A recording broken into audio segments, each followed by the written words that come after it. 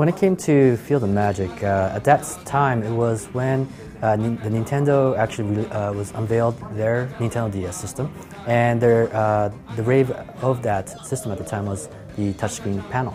And when I looked at that, I really looked at about how I can actually come up with a game that could really utilize or maximize the potential of the touchscreen.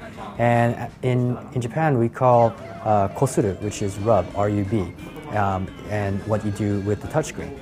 And when I thought of that, I also connected to love, L-O-V-E. And so when I put the two together, I thought, hey, maybe I could make a motif of love, but with a game that you rub. So hence came forth Field of Magic. When I thought about the art design for the game, I really wanted something where, one, I didn't want to copy another type of style. I really wanted to give this game an original art style.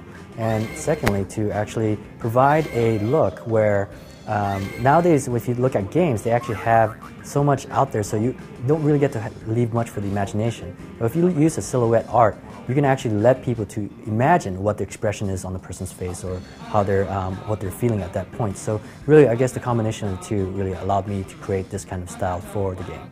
When it came to the development of the Rub Rabbits, in comparison to Field of Magic, there wasn't really much of a difference between the size of the team or even the development period. But since we were now familiar with the development, how to develop on the Nintendo DS and know all of its features, we were able to really kind of double the volume of what we wanted to create this time around, now that we're more familiar with the system. When it came to the Nintendo DS, initially it was all about the touch screen panel, but when we came to creating the Rub Rabbits, what I thought was the most interesting feature that I could do in terms of developing the game was to actually rotate the DS and actually hold it in different ways so that you can actually play it in that fashion. And I thought that was the most interesting feature that I got out of the Rub Rabbits for the Nintendo DS. Pretty much every aspect of the game of Rub Rabbits, really, from the story, the number of episodes in the story, to the number of game modes that you play, to even the music that you hear in the game, all of that is really pretty much double what you had in Field of Magic.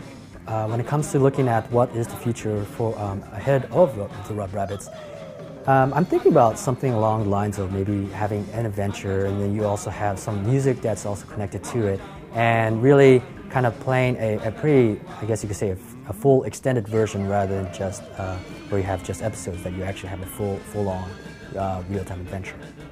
Well, unfortunately, I can't really comment on anything on the Revolution at this time. However, I'm very interested in how that controller, that unique controller works, and I'd love to see what I can do with that controller. The Rub Rabbits will release on February 7th, 2006. Please go out there and buy this wonderful game.